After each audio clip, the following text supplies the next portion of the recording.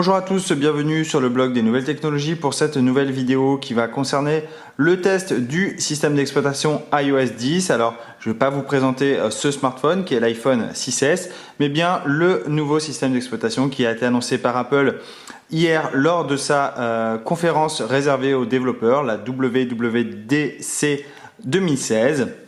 Donc, parmi les grandes annonces que l'on a pu découvrir, notamment le nouveau système d'exploitation de bureau, on a eu donc cette nouvelle version d'iOS, donc la version 10, que je me suis empressé d'installer puisque j'ai la chance d'avoir un compte développeur, donc j'ai pu récupérer la toute dernière version et l'installer sur mon iPhone. Donc il faut savoir, comme je l'ai dit, que cette version est pour l'instant réservée aux développeurs. Donc si vous possédez un compte développeur, vous pourrez la télécharger et l'installer sur votre smartphone. Néanmoins, sachez qu'on est sur une version développeur de test, donc ça veut dire que vous allez pouvoir rencontrer des bugs, des soucis. Donc si vous utilisez votre smartphone au quotidien dans le domaine professionnel, peut-être que vous ne devrez pas passer à cette version. En tout cas, moi j'ai eu la chance d'avoir ce compte et d'utiliser un peu mon smartphone comme j'ai envie, donc j'ai pu facilement passer à cette version d'iOS 10 sans aucun souci. D'ailleurs, je remercie SFR pour le test de cet iPhone 6S qui m'a permis justement de tester plus précisément cette nouvelle version. Donc j'ai installé rapidement iOS 10 sur mon smartphone, ça a été assez simple sur cet iPhone 6S, donc ça a été assez simple, il suffit d'aller sur le compte développeur, récupérer l'install, patienter quelques minutes ou quelques heures en fonction de votre connectivité internet et donc vous installez au-dessus d'iOS 9.3 que vous allez pouvoir installer donc iOS 10. Donc concrètement ici cette vidéo, je vais vous présenter rapidement les nouvelles fonctionnalités de cette dernière version et surtout on va voir un petit peu toutes les applications qui ont été mises à jour. Donc ici on est sur l'écran d'accueil qui a évolué puisque vous voyez maintenant il suffit d'afficher le smartphone, d'incliner le smartphone vers moi et aussitôt l'écran va s'allumer. Vous voyez ici donc là il est éteint, si je le rallume, si je bascule le smartphone, aussitôt l'écran s'allume. On a désormais ici les notifications sur lesquelles on va pouvoir interagir grâce à la technologie Touch ID, donc qui est le fameux fonctionnalité qui est apparue avec l'iPhone 6S, qui est quand on appuie un peu plus fort sur l'écran, des informations contextuelles arrivent, ce qu'on appelle le pic et le pop. Donc ici par exemple j'ai un message, si j'appuie mon doigt dessus, aussitôt je vais avoir le message qui s'affiche et je vais tout de suite avoir le clavier pour pouvoir y répondre. Donc ici je vais pouvoir répondre directement à mon message. Vous voyez, je n'ai pas déverrouillé mon smartphone et j'ai envoyé aussitôt le message sur le smartphone. Ça va être la même chose pour les appels manqués. Vous voyez ici, je peux directement envoyer un message ou appeler le correspondant et ainsi de suite avec toutes les autres notifications, que ce soit ici Snapchat ou également message. Donc je peux slider ici pour carrément les shooter. Donc là, il me demande de déverrouiller mon smartphone. Hop. Donc là, si je reviens en position normale, voilà. Donc là, on est toujours sur notre écran de verrouillage. Je vais avoir également ici le Control Center qui est disponible, donc qui a été redessiné. On retrouve toujours nos icônes classiques de mode avion, le Wi-Fi, le Bluetooth, etc. Le pas dérangé. On a également le réglage de luminosité. On a le mode Night Shift qui est le fameux mode qui enlève la lumière bleue apparue sur iOS 9 qui est disponible. Et puis on a les raccourcis rapides vers la lampe torche, la minuterie, l'appareil photo, etc. Et puis si on va vers la droite ici, on va avoir le contrôle de la musique directement depuis cette fenêtre. Ensuite, si on va sur la gauche ici, on va avoir des informations contextuelles. Donc on va avoir la météo en fonction de la localisation. On va avoir l'agenda où on va retrouver nos événements. On va avoir également les suggestions des applications Siri, donc celles qui sont un peu plus utilisées. On va avoir News, donc qui va nous porter différentes informations provenant d'Apple News. On va avoir le plan si on a une destination programmée, si on a une destination programmée, on va avoir l'heure à laquelle on doit partir, la distance et également un bouton pour naviguer directement vers celle-ci, notre agenda, les rappels et puis certaines applications qui peuvent être utilisées. Vous avez également ici un bouton modifié qui va vous permettre d'agencer directement tout ça. Donc il faut déverrouiller votre smartphone pour pouvoir y accéder. Donc ce sont les fameuses widgets. Vous allez pouvoir en retirer simplement. Vous voyez ici, je peux retirer par exemple Eurosport et je peux en revanche rajouter par exemple Evernote directement dessus. Et on regarde, si je retourne sur mes widgets, et bien ici, donc c'est pas actualisé, c'est pas de bol, mais en gros j'ai plus Eurosport normalement. Si, pourquoi? C'est que j'avais pas fait OK là-haut, donc j'ai pas validé, c'est tout simplement pour ça. Voilà. Et donc là, instantanément, je devrais avoir Evernote apparaître, voilà, comme ceci. Donc ça, c'est une des nouveautés donc, sur cet écran d'accueil. Et puis, j'ai enfin l'accès à l'application photo aussi rapidement que d'un slide. On a également donc des informations en haut avec toujours l'opérateur, si on est verrouillé, et la batterie. Donc une fois qu'on déverrouille eh bien, le smartphone, on se retrouve sur l'écran d'accueil. Donc ça, vous en avez l'habitude, ça n'a pas changé. On a toujours nos applications qui sont disponibles sur différents écrans. En revanche, ce qui a changé, ce sont certaines applications. Donc déjà, on va aller dans les réglages. Vous avez des réglages standards et puis on va retrouver des petites nouvelles choses. Là, on va avoir Siri, on va avoir des informations de plus sur Siri. Je vais également vous montrer la mise à jour logicielle, comme quoi on est bien sur iOS 10.0. Concernant les applications, donc on va retrouver des nouvelles choses sur l'application notamment photo. Donc vous allez retrouver vos souvenirs. En gros, ce sont eh bien, une compilation de vos meilleurs des 3 mois passés en 2016. Donc là, vous allez avoir eh bien, vos photos qui ont été compilées en fonction de, eh bien, d'ailleurs de ce qui a été, je pense, le plus consulté. Donc voilà. Vous allez également pouvoir définir des albums en fonction des personnages. Par exemple ici des personnes, vous voyez ici elles sont regroupées en fonction du visage. Donc Google a fortement retravaillé, Apple a fortement travaillé sur la détection un petit peu de vos photos pour essayer de déterminer les photos que vous avez. Vous voyez ici, ça analyse encore ma photothèque. Évidemment, j'aurai un peu plus de choses.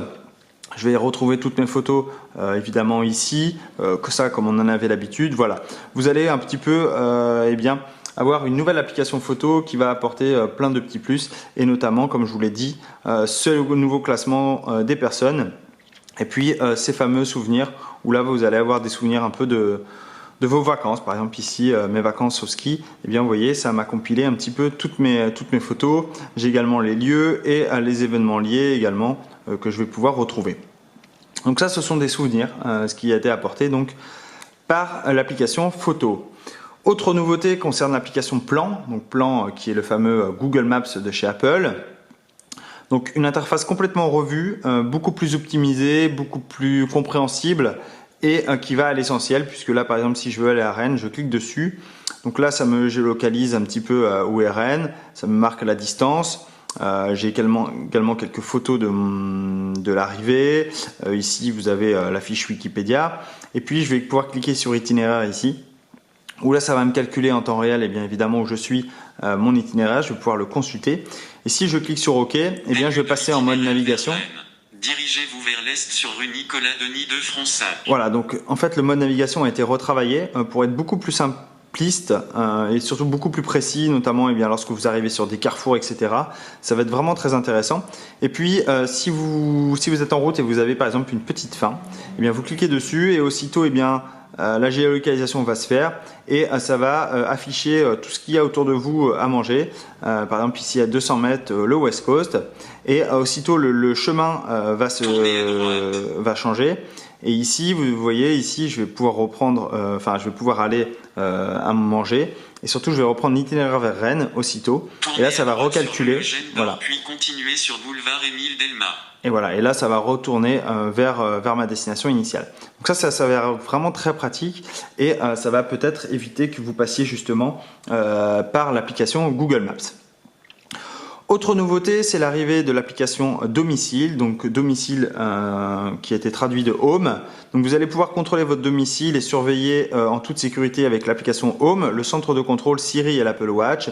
Une fois configuré, plus besoin d'y penser, automatiser les comportements, les scènes, les réglages courants pour que tout soit prêt à vous accueillir et vous allez pouvoir partager l'accès à vos amis, à vos membres de famille, vos proches, etc. directement depuis cette application. Donc vous l'aurez compris, c'est le centre de solutions d'Apple pour gérer toute votre domotique, donc tous vos périphériques connectés. Il faut que ces périphériques soient compatibles HomeKit, alors on en retrouve de plus en plus sur le marché. Et une fois que c'est fait, vous démarrez, vous mettez le nouveau nom de votre domicile, donc là on va dire appart, vous choisissez une photo ou non, vous faites OK. Et là aussitôt, votre environnement, votre écosystème est créé, donc là vous êtes sur votre domicile. Vous allez également pouvoir ajouter très rapidement un accessoire ou une scène. Donc une scène, vous allez pouvoir choisir. Vous allez également pouvoir choisir dans vos accessoires que vous allez activer.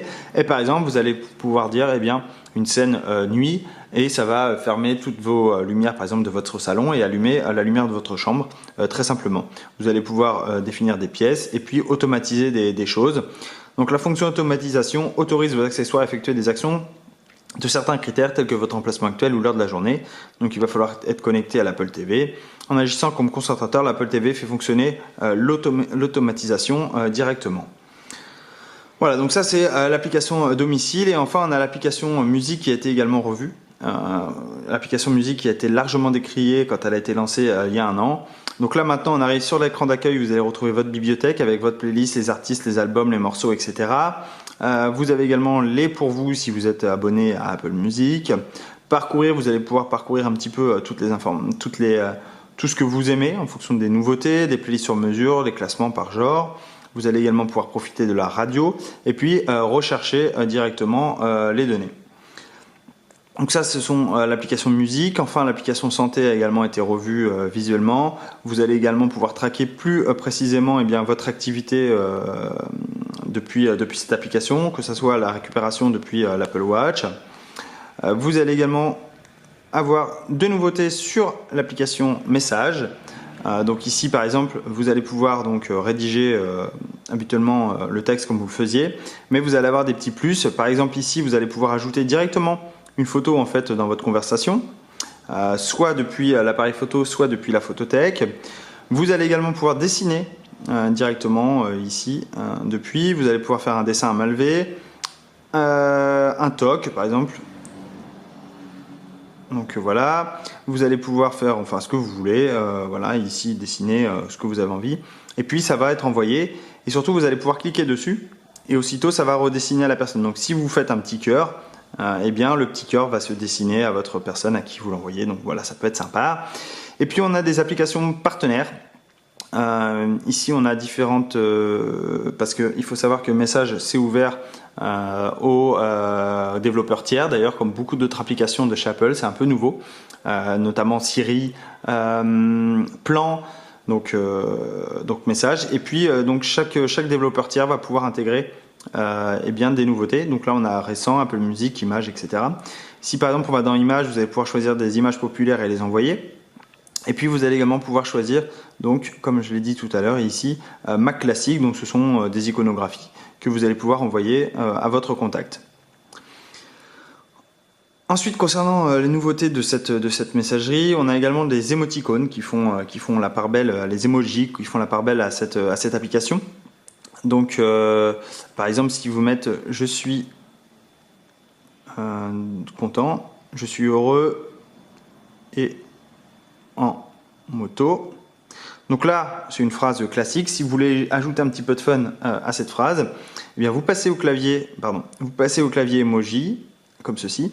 Et là, en fait, ça va proposer, ça va surligner les mots que je vais pouvoir changer. Par exemple, heureux, je vais pouvoir le changer par un émoticône, moto aussi.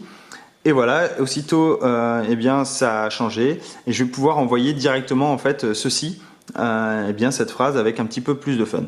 Et enfin, dernière petite chose que je peux faire, c'est agir également sur la nature d'envoi. Donc je laisse mon doigt appuyé sur la petite flèche.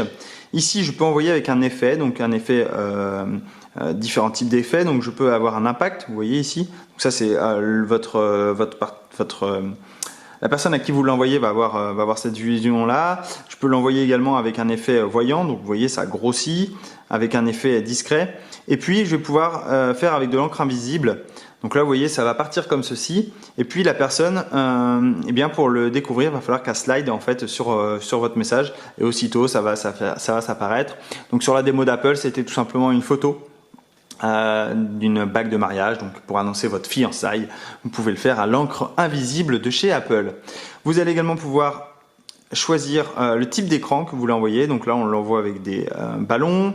Vous pouvez choisir avec des confettis, avec des lasers. Ici, c'est avec un feu d'artifice.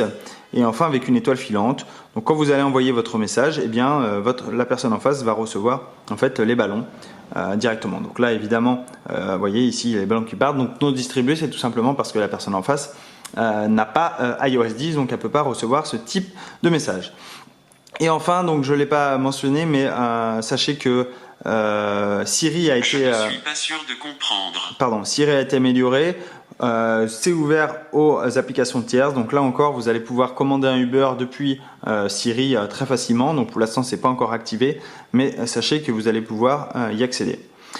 Et enfin, dernière petite chose, vous l'avez vu ici, donc tout à l'heure sur les widgets qui sont beaucoup plus simples à utiliser, ainsi que ce centre de contrôle. Voilà, sinon rien de bien nouveau. Ici, vous allez avoir les notifications donc qui sont manquées.